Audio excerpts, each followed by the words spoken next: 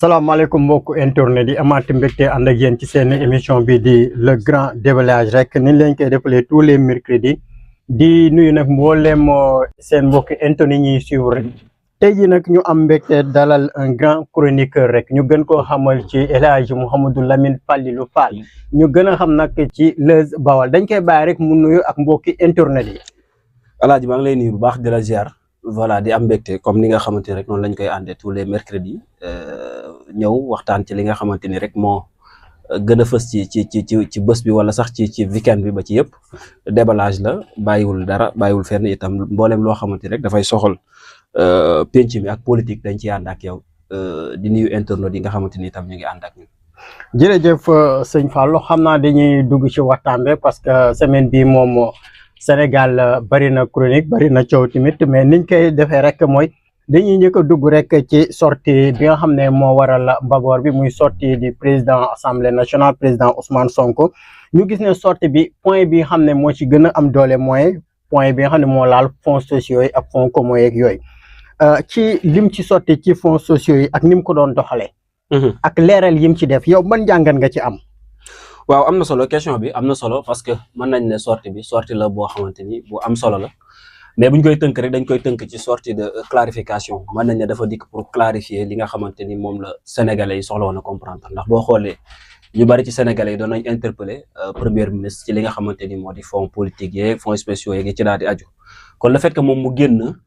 ndik leeral sénégalais rek c'est important te moment bi mu génnee itam day moment boo xamante ni sénégalais yi dañu koo soxla woon muy moom Ousmane Sonko nekk président bu Assemblée nationale nekk ancien premier ministre waaye itam nekk président bu parti Pastef parce que sortie bi mën nañoo ne dafa génn ci ñetti facettes yi mooy dafa génn en tant que ancien premier ministre dafa génn en tant que président bu Assemblée nationale dafa génn itam en tant que président bu parti Pastef léegi nag yooyu yëpp dafa concerné moom jëmmam maanaam coow li nga xamante ni toujours ñu ngi naan Ousmane Sonko boo xoolee points yi ñu cité yëpp daf ko concerné moom ndax bu fekkee fonds politique yi comme ni nga ko waxee daf ko concerné parce que moom dafa nekkoon premier ministre nekkoon primature xam li nga xamante ni xew na fa ndax boo gisee am na ku génn la fois passée di Aly Ngouille Ndiaye daat ne fonds politique yi c'est la première fois ab premier ministre am ko ci Ousmane Sonko la commencé kon Sénégalais dañuy soxla question boobu noonu Ousmane Sonko dikk tontuñu ci bu ñuy wax itam ci li nga xam moo di conseil ci comment dirais assemblée nationale ak commission d'enquête parlementaire loolu dafay concerner Ousmane Sonko en tant que président bu assemblée nationale dafay génn ñuy dikkaat ci milieu politique bi nga xamante ni kenn ku nekk mu ngi wax ci carte yeeg ci élection locale yeeg élection législative yeeg dañuy tas assemblée nationale loolu it dafa ko concerner en tant que président bu parti Pastef kon bu génnee pointé yenn points yi da nga naan kii dafa dikk pour clarifier maanaam leeral sénégalais pour sénégalais comprendre dëgg-dëgg lan moo xew léegi nag le fait que question bi nga posé concernant fonds politique yeeg fonds spéciaux yi mu nekk lu am solo loo xamante ni itam indi na ci ay leeral parce que Sénégal dañ daan am habitude ñun dañ daan posé ay questions ñun askan bi ci benn mbir boo xam ne dafay concerner Sénégal yëpp maanaam Sénégal yëpp dañuy soxla pour comprendre ko mais duñu gis benn responsable wala l'acteur concerné bi mu génn daal di indi ci ay clarification mais da ngay gis ne bu fi gouvernement wu président Diomaye Faye ñëwee ba léegi da ngay gis ne Sénégalais yi toujours li ñuy interpeller question yi ñuy posé dañuy gis ne day am ku ñëw pour apporter réponse yooyu noonu cette fois-ci nag noonu la daan demee dafa dikk ci fonds politique yi nga xamante ni ñi dañ daan wax naan par trimestre la daan jot li nga xamante ni moo di 1,7 milliard yi loolu mu génn weddi ko daal ne du par trimestre par an la maanaam at bu nekk day jot 1,7 milliard te loolu lu jiitu loolu ay yeneen ministre dañ ko daan jot di ko jotee ci anam boo xamante ni anam bu bokkul ak anam bii la muy anam bi nga xam moom loolu la doon dénoncé bu njëkk parce que boo xoolee moom mu ngi koy cité en 2024 ci la acte bi ci lañ signé li nga xamante ni moo di article bi ci jamonoy Abdoulaye Wade mu nekk paix en Casamance loolu ñu bëri naan paix en Casamance bi la Ousmane Sonko jël doon ko utiliser non dafa am ay fonds de réflexion yoo xamante ni ci fonds bi lay bokk maanaam pour yow secteur bi nga nekk fekkee primature nga nekk dafay am ay réflexion lu ñuy defaraat yoo xamante dañ koy jékkal yooyu yëpp dafay concerner fonds boobu noonu bokkul ak fonds bi nga xamante ni mooy fonds wu bokkul ak li nga xamante ni mooy fonds wu bi nga xam mooy la paix en Casamance loolu c'est leneen la parce que loolu da koo cos rek jàll nekk fa sax di ko leeral pour nit ñi di ci attan réew mais dafa ñëw ci li nga xamante ni mooy importance bi muy fonds politique yi nga xam moom mu ngi ko yoree focus ci toujours di wax que ne dañ ko war a encadrer léegi nag ñi doon poser question naan lan moo tax mu bàyyi ba jóge fii donc ciy wax ñii naan moom moo ko fi njëkk a am ñii naan fonds politique yi moom da cee lekk ba suur tourné di wax c'est-à-dire ñoo ñëpp dafa dikk tontu leen tontu bi mooy dafa pare pour ñu amal audit boo xamante dafay concerner fonds politique yi mu dévier ki nga xam mu pas dévier sax mais mu lancer défi président de la république moom mi nga xam moom la acteur yëpp moom la mbir mi concerné parce que tey bu ñu naan fonds politique moom président de la république mooy am fonds politique primature du am fonds politique mais fonds politique bi président de la république am ci lay tibb jox ki nga xamante ni moo nekk primature mais primature duñ ko prévoir fonds mais présidence la ñuy prévoir fonds boobu nag ci la jël di jox boo déggee la fois passée am na ko génn taat ne Ousmane Sonko jox nañ ko joxaat ko c'est parce que foofu noonu la fonds bi war a jógee mais jox nañ ko joxaat ko duñ ci attardé wu peut-être dinañ ci ñëw ci nu mu mën a yaatoo mais de toute façon daal mooy clarification bi mu def ci fonds politique yi sénégalais yëpp gis nañ ko te itam du loo xamante ni mënees na koo weddi actuellement kañ lañ koy mën a weddi mooy le fait que ñu dem amal audit pour leeral parce que mu ne na fistum bu ci génn maanaam dërëm bu ci génn moom mën na koo justifier fa mu dem kon kooku noonu lancé na défi président de la république lancé itam défi Cheikh Diba mi nga xamante ni tey moom la affaire yëpp concerné parce que tey kuy wax wàllum xaalis ci sunu gouvernement moom mi yore wàllum finance bi ci moom la concerné ndax boo gisee mu ne bi muy ñëw retiré nañ fi lu toll ci 3 milliards ci compte fonds politique yi ci loo xamante ni moom Ousmane Sonko gisu ko mu interpellé ci excès d'âge bi nga xam moo fa nekkoon dama ko du seen moom la fois passé démb xaw ma barki démb génn na moom itam indi ci ay leeral daal ne Ousmane Sonko interpellé ko benn yoon ci lu ni mel moom tamit fonds yi doon gérer yëpp am justification pièce justificative bépp mu ngi ko ci primature mu bàyyi kon loolu noonu kan la ñuy interpellé ci 3 milliards yooyu muy Cheikh Diba bi nga xamante ni Ousmane Sonko dana man xaar naa ko bi ma nekkee primature ba na mu fay jógee indiloon benn explication ci li nga xamante moo di 3 milliards yooyu kon dañu naan Cheikh Diba suñ 3 milliards fu mu dugg moom moo ko war a leeral pour Sénégalais comprendre ko. jërëjëf loolu am na solo mais dañuy gis ne Ousmane bi mu demee primature dafa waxoon ne nañ ko utal d'âge bu jub d'âge bi aussi tamit génn na clarifier am ay résultats yu leer nañu yu mu teg ci kaw taal bi mais ñu gis ne les anciens premiers ministres dañu ñëw ne Ousmane Sonko mooy premier ministre bi njëkk am loolu. am ay anciens premiers ministres yoo xam ne weddi nañ ko. te moom jàpp nañ ne nekkoon na ministre de l'intérieur à part le président mooy le plus informé. wax jooju naka nga ko jàngate. waaw xam nga Ousmane Sonko li mu wax noonu dimanche daas bi moo ko njëkk a wax daas ba fa nekkoon boo xoolee ci ay weer ci ginnaaw génnoon na di amal ay témoignages ci Ousmane Sonko ñaa Ousmane Sonko auto administration bi sax ci ay biri politique am ay déplacement politique am wala ay besoin boppam sax du laal oto yooyu ba ci garde rapproché yi fa nekk sax du leen utiliser ci ay mbiri boppam loolu ay témoignages la yoo xamante ni daaj bi moo ko defoon ci moom Ousmane Sonko ba mu koy def boobu lii nii xewul woon te Ousmane Sonko génn na fi la fois passée di ko expliquer am na ñeneen ñu témoin woon loolu avant daaj bi di ko wax kon daaj bi di ci wax ko dañuy jàpp ne Ousmane Sonko kon transparence la ci li mu nekk léegi nag liy justifier loolu moom wax na ko mais lan moo koy dëggal mooy audit bi nga xamante ni woo na ci président de la république à ce que ñu def ko parce que buñ audité danañ leeral lépp dërëm bu mu génne woon danañ xam ne fii la dugg kon danañ xam ne c'est-à-dire amul lenn loo xamante ni kii na ko ci jël na ko ci concernant nag ñu naan dafa lekk ba suur ak genre yooyu yëpp di wax bu boobaa loolu yëpp dafay clarifier gën a leer mais le fait que nag ñenn ñi naan Ousmane Sonko moo njëkk am fonds politique ci premier ministre bi jaar loolu noonu c'est normal ñu bari wax ko xam la moo tax ñu koy wax mooy fonds politique bu primature ñun Sénégal ci Ousmane Sonko lañ ko xamee ñun mësuñu xam ne primature day am fonds politique ñun Sénégal mësuñu ko xam lan moo tax ñu xam ko parce que Ousmane Sonko lui-même moo assumé ay responsabilités ne man am naa fonds politique moom moo ko assumé Sénégal yëpp xam ne moom premier ministre moo taxaw ne am naa fonds politique à part Ousmane Sonko yi fi jaar yëpp kan nga dégg mu mas a toog wax ne am naa fonds politique amul et pourtant kenn ku nekk da daan jot ay fonds yoo xamante day jóge présidence ñëw ci sa loxo nga téye Macky Sall jël jox nit kee jël loolu dafa daan am Souleymane Ndéné Ndiaye expliqué nga la fois passée niñ ci daan jotee ci yu bëree bëri ci ay vidéo yoo xamante ni moom ba mu koy def tey dikkul woon Ousmane Sonko boobu xamuñu ne woon na nekk premier ministre bi muy def vidéo boobu noonu kon vidéo bu demee ba dikk pour clarifier les choses la maanaam dafay wane ne kon lii Ousmane Sonko nekk nii maanaam am na ñoo xamante ni ñu ngi ko doon dund démb mais par rapport ak ni mu ko dundee dafa wane ne am na transparence parce que le fait que moom mu ne am naa fonds politique man Ousmane Sonko mais le fait que itam ñu bëri dañ wax naan fonds politique yi 9 milliards ak ñi naan 7 milliards mu génnoon daal ne ku waxati 7 milliards la dinaa la yóbbu ci yoon c'est-à-dire le fait que mu wax ko c'est parce que ñun ñëpp dañ doon dutee naan ay 7 milliards la am ay 9 milliards la am ay 8 milliards te président de la république sax amul 9 milliards 8 milliards 700 la am et quelque donc kon kooku sax amul 9 milliards léegi boo bëggee jël benn primature ne dafa am ay 9 milliards ci anam boo xamante ni amul benn justification da nga ko wax rien que pour politique wala mauvaise foi léegi loolu noonu bu ko neexee porter la ci plainte parce que da nga ko accuser loo xamante ne amul mais nag le fait que mu génn daal ne 1,7 milliard laa am fonds politique kon loolu noonu dafay wane ne transparence bi nga xamante ni moom peut-être moom jaayoon nañu ko expliqué wuñu moom ci transparence boobu la nekk nag léegi nag ñi nga xamante ni dañoo am mauvaise foi dañu nangoo gis dëgg ñooy taxaw tey naan Ousmane Sonko moo ko njëkk am parce que dañ ko mësul comprendre mësuñu gis benn premier ministre bu mel ne Ousmane Sonko bu assumer ay responsabilités taxaw daal ne man am naa fonds politique ñi ko ñu fi jaar ñëpp dañ daan ko jël utiliser ko seen ay propres besoins gérer ko mu jàll amul contrôle amul dara boo xoolee sax ñu bari ñu ngi koy vaar naan ko moo waxoon dafa xaraam genre mais ñu bëri dañuy dagg vidéo parce que boo demee seetaan vidéo complet bi waxul dafa xaraam rek noppi mais am na lu mu fa justifier mooy impôt yi nga xamante ni doomu aadama yi jaaykatu caaf beeg jaaykatu leneen ak leneen ndox beeg yëpp seen juróom seen dërëm moo cay dem ñu dajale ko jox ko benn nit boobu lekk ko loolu la ne dafa xaraam te c'est normal dafa xaraam mais nag le fait que ñu encadré ko amal ab commission instauré benn contrôle parlementaire boo xamante ni dafay assermenté maanaam dafay nekk commission boo xamante ni exécutif bi dañ ciy am ay wàll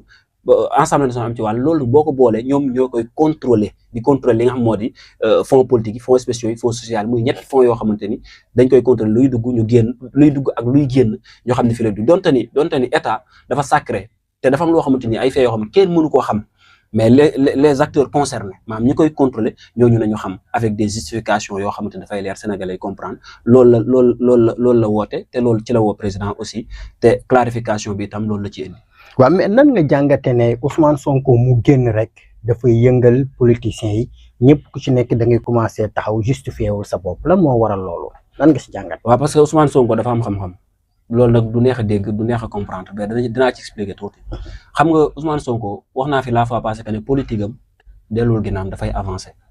c'est-à-dire bu ma nee delluwul ginnaaw dafay avancer mooy Ousmane Sonko 2014 lañ créé parti Pastef mu jiite ko en 2016 ñu radié ko impôt et domaine. biñ ko radié impôt et domaine ba mu fa jógee fan la dem impôt et domaine kon sax biñ ko radié dafa def déclaration patrimoine impôt et domaine biñ ko radié dafa def déclaration patrimoine publié en 2017 mu dem Assemblée nationale moom moo fa nekk benn député nekk Assemblée nationale 2022 élection législative dikk 2019 élection présidentielle dikk mu jël troisième mu jël troisième élection présidentielle en 2019 bi mu jógee foofu en 2019 en 2022 ñu daal di amal élection législative boobu noonu liste nationale am baaxul liste am yàqu moom bokkul mais teewul dafa campagne ànd ak yeneen liste yi ñu dem am majorité am 83 am 82 effectivement 82 ñeneen ñi am 82 Macky Sall am 82 ñoom Yewwi Askan Wi ñu am 82 par exemple les 82 yi mu des benn député bi nekkoon Pape Diop moo war na libérer Sénégalais yi moo war na dem ci soit mu dem ci Yewwi Askan Wi wala soit mu dem ci mouvance présidentielle bi léegi le fait que nag mu daal di dem ci mouvance présidentielle bi ñee dañuy perte benn équilibre pour ñu am majorité Macky Sall am majorité Assemblée nationale en 2024 ñu dem élection présidentielle Diomaye gagné Ousmane Sonko ñëw nekk premier ministre bi mu nekkee premier ministre élection législature am Ousmane Sonko dem élection nekk député bi mu nekkee député mu relier dem présidence dem primature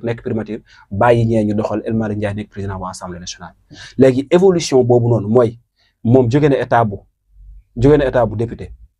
dem état bu premier ministre dem état bu candidat présidentiel jóge fa dem nekk premier ministre dellu nekk président bu Assemblée nationale c'est-à-dire étape par étape nekk na député jóge fa dem nekk premier ministre dem nekk président bu Assemblée nationale léegi xam-xam boobu noonu mooy jaar na Assemblée nationale am na fa connaissance yaa ngi fàttaliku ba mu fa nekkee naan kii wuutu Macky Sall premier mandat bi dana sonn te dana wetti mooy mandat wu Diomaye bii nii ba mu fa jógee la nekk premier ministre bi mu nekkee premier ministre am fa information am ay documents am ay rapports yu bare yu jaar ci moom mu dem Assemblée nationale daal di koy wax daal ne la ma fa bàyyi xam naa ko bu fekkee bàyyi naa benn prox ndool bu tuuti lay doon lam lay expliquer mooy am naa information yëpp ci état loolu la bëgg expliquer am naa dossier yëpp yi nga xamante ni tey ñu ngi cee sekk sàkk naan am naa ko am naa information yëpp léegi ñëwaat Assemblée nationale gérer waat gestion wu Assemblée yoraat Assemblée nationale xamaat document yi fa war a jaar ak prérogative wu Assemblée nationale léegi xam-xam boobu yëpp boo ko boolee nga dellu ginnaaw tuuti xool Ousmane Sonko mi daan communiquer en tant que président bu parti Pastef occupé wutoon benn poste gouvernemental dem ne nga déglu communication ak communication léegi bi da nga daan daa wuute léegi da ngay sentir Ousmane Sonko même boo daan wax xam-xam bu njëkk léegi dafay gën a wax ay xam-xam yoo xam ne dafay basé wu ci ay preuve c'est-à-dire li muy wax dafay joxoñ maanaam du tudd sa tur le fait que tey mu ne mu ne conseil économique social et environnemental ka fa nekkoon dafa créé ay fonds yi boppam ñetti fonds yoo xamante ni bi ñu ko xaymaa retenir dafa lu toll ci 2 milliards.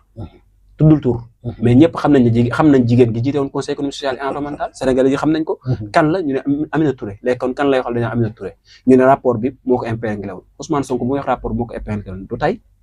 mais pourtant rapport dañu da ko rapport commandité la président de la République Macky Sall moo ko commandité woon ngir daaneel Mimi Touré. te dañu ci défendre Mimi Touré mooy làq sàcc yi. léegi nag yooyu information ak rapport yi ñu ci am. tey jii loolu noonu tey bu la tuddee force nga génn pour jéem a justifier ci kanam sénégalais pour seetal sa bopp parce que politique dafa nekk loo xamante ni tey bu du sa kàddu rek mooy am kii mais li ci ëpp solo mooy sa image mais politicien bu saliré sa image boobu nga noppi rek dafay dee léegi nag ñoom bëgguñu Ousmane Sonko di salir seen image après ñoom ñuy am problème ci askan bi moo tax toujours bu leen cité faaw ñu génn kenn ku nekk wax am ñoo xamante ni rek même buñ leen cité wul dañuy xam ne pas bi Ousmane Sonko teg bu réussir ñoom dañ cee loru parce que ci lañ bokk c'est-à-dire le fait que tey ñu toog fii ñu nekk ci studio bi de maam ñëw ma pour tudd directement kenn ci studio bi mais dama ne sàcc nañu benn affaire ci studio bi mais danañ topp enquête bi fekk yow yaa ko sàcc te du ma la de mais dinañ topp enquête bi bu ñu ko waxee rek yow da ngay commencé di xool yan pexe ngay def ba enquête bu sotti.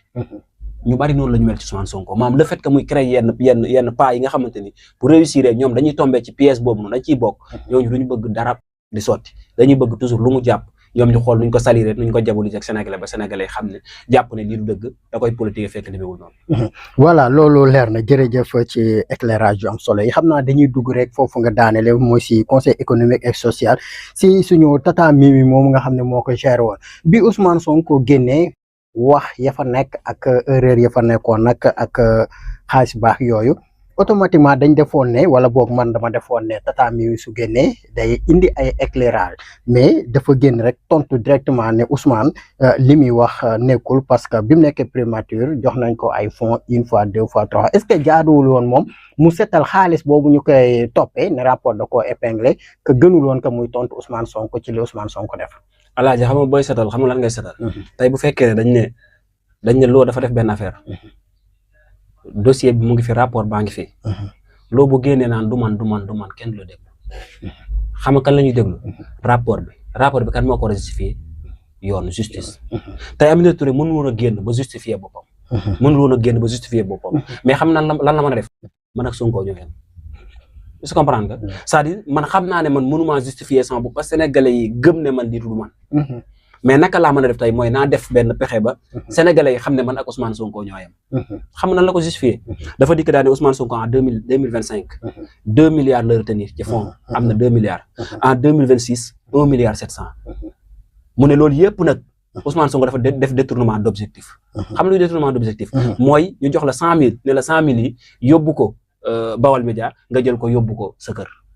maam la ko taxoon a jóg yow defoo ko de mais da nga ko yóbbu feneen fu ko taxut a jóg maam la mu bëgg expliquer mooy Ousmane Sonko fonds yooyu mu dajale woon yooyu yëpp daf koo jël def ko ci bopp mu au lieu que mu def ko fi ñu ko def loo li mu bëgg a wax sénégalais mooy man mi muy yàq man moom moo ma gën a yàqu moo tax mu ne Ousmane Sonko ku mu dogal ngemb xaw ma lan baa ngi lay xaar am nu mu ko xee ku mu dogal tubay ngemb laa nga xaar effectivement maam le fait que mu wax loolu rek maam dafa lay wan ne maam Ousmane dafa la bëgg a wax Sénégal ne man ak Ousmane Sonko mii ngeen di wax nii moom mii di ma xas man ak moom ñooyam ñëwut pour naan du man dafa ñëw pour wan leen ne man ak Ousmane Sonko ñooyam léegi nag comme man ak Ousmane Sonko ñooyam léegi ñun ñaar ñëpp la justice war a lijjanti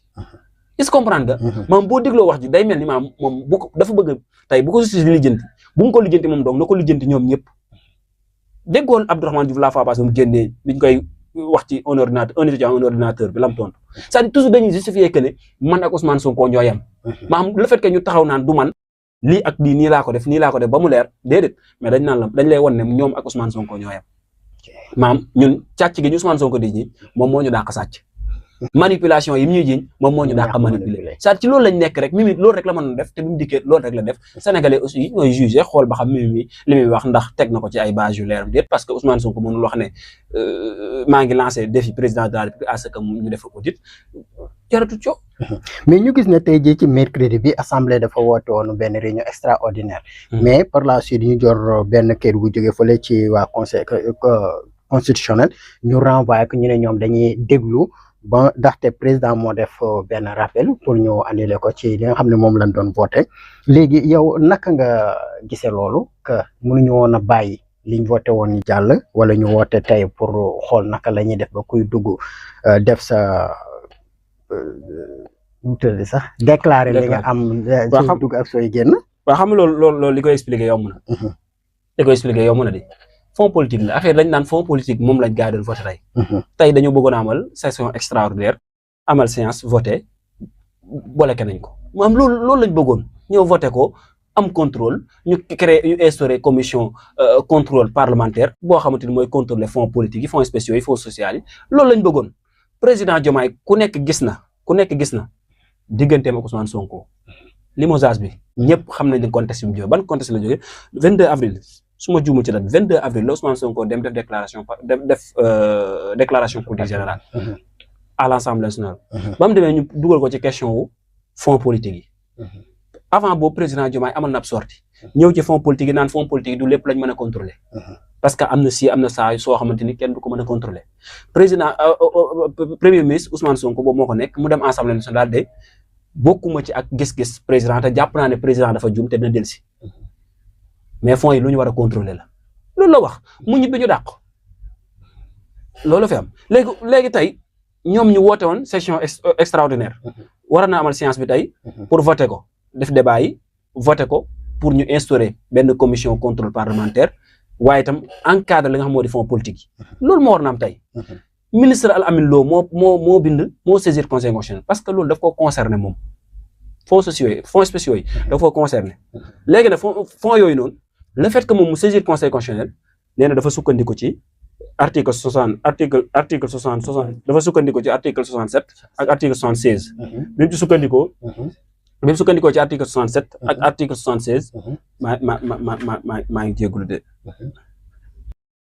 76 ak 67 bi mu sukkandikoo moom Al Amin Lo bi mu sukkandikoo ci article 67 ak article 76 bu constitution bi moom daf ne ñii nii lii ñuy saytu nii ñoom Assemblée nationale lii ñuy saytu nii du seen prérogative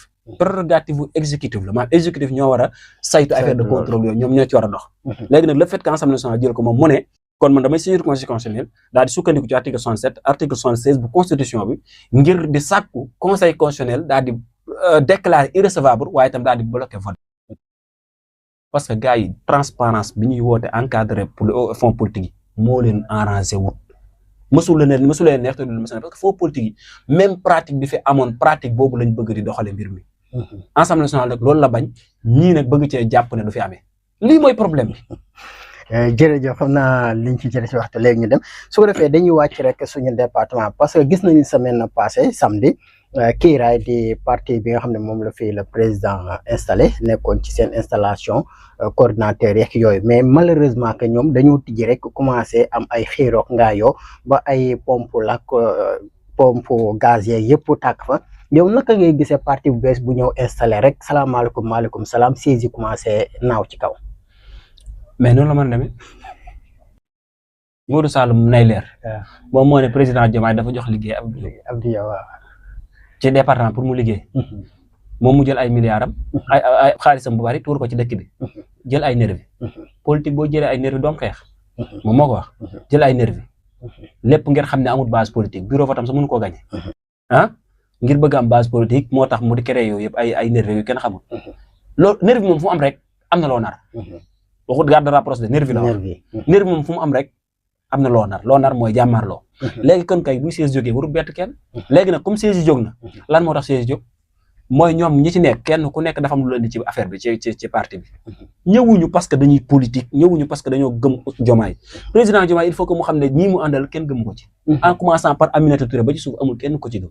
ñi ànd ak moom ñëpp dañoo ànd ak moom parce que dafa am lu leen ci indi te loolu bu jeexee ci ñoom pare nañ ñoom ñëpp xam nañ ne président Diomaye ñoom ñu ko wër ñëpp xam nañ ne kenn mënul may président Diomaye deuxième mandat ci ñu ko wër ñëpp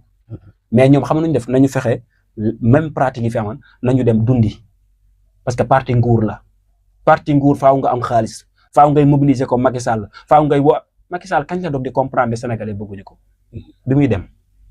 fin mandaam lay doog di xam ne ndeke Sénégalais yi ñim àndal dañ koy nax ci la ko doon expliquer parce que dañ daan mobiliser mbooloo moo xamante da ngay jàpp ne ñoom moom mbooloom fekk mbooloom seeni junne ak seeni tiset moo leen fëndi bu heure bi jeex ñu ñibbiwaat Diomaye bu jànge woon ci Mbour mitinam ba moo am Mbour muy sargal Diomaye bañ daan def Mbour moom bi muy wax ci caméra bi ci vidéo bi muy wax ñëpp dem nañ maanaam bu jàngewoon ci loolu dina xam ne sénégalais yi ñu daw wuy si ko wuy suñu ko parce que dañ ko bëgg wuy suñu ko parce que dañoo gëm li mu nekk mais dañ ko wuy si parce que dañuy lekk si léegi nag bu dee département Mbacké bi ña fa la ci loo xam ne ñan la mooy ñu nekkoon ñenn ci ñu nekkoon Pastef ne dañoo am manque de reconnaissance moo tax ñu dem te ñu doon dem ñëpp ay responsable lañu maanaam ay poste la ñu doon ci parti Pastef ne amuñu reconnaissance ñoom bu reconnaissance dina am militant simple moo war na demander ñu amuñu reconnaissance ci ñi parce que suñu njiit yi bàyyiwuñu xel mais ñoom ñi yor poste waruñoo demander manque de reconnaissance ñeneen ñi mooy ay cadavre politiciens yoo xam dañoo dee ba pare ay dee nañ ba pare tekkeetuñu dara ci politique ñoo dem rejoindre Kiraay nga xamante ni tekkiwuñu dara ci politique seen kër sax gëmuñu leen léegi nag ñoo dem topp Diomaye di wut lu ñu lekk wut luñ toogaale pour mën a doxal suba ñoom ñëpp buñ ne doon daw nañ dem Pastef buñ la bett xaalis la ñuy wut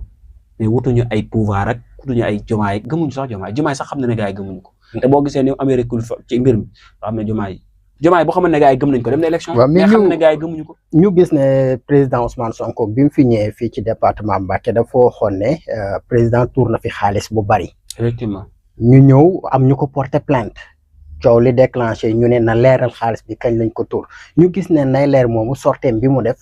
moom dafa répété leeral na lool ne Ousmane président dugal na fi xaalis bu bari yow est-ce que kon ñi porté woon plainte bi waruñoo retourner seen plainte bi ñu defoon si Ousmane Sonko porter plainte nay leer moomu pour mu leeral xaalis bi. ñoom la ñu war a porter plainte ñoom ñi war di porter plainte la ñu war a porter plainte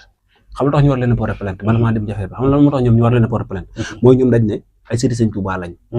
dañuy porter plainte Ousmane Sonko ndax li mu wax waa Touba dañoo mal placé pour taxaw di défendre yoonu murid ñoom dañ ñoo yeb gi ñu yeb mooy est-ce que tax defuñu usurpation d'identité maanaam dem di wuyoo sunu tur te fekk ñoom du ñoom yoonu murid gi ak ni mu yaatoo ñun ay simple politicien cadavre politicien ñoom ñooy taxaw ne ñoom ñoo ñuy défendre ñun ñoo ñuy porter plainte ñun yoonu murid parce que li ñu wax sa kilifa yi xam nga genre usurpation yooyu di am noonu la ñu war a porter plainte ñoom dañ leen a porter plainte parce que ñoom porter nañ plainte xamuñ ci li ñuy porter plainte beneen bi mooy nay leer dafa leeral lépp nee na am na benn kilifa gu mag gu fi ñëw fan yi wax ne tourné ci milliards yu bari xaalis bu bari ka tuur xaalis bi du kenn ku dul Habib Diop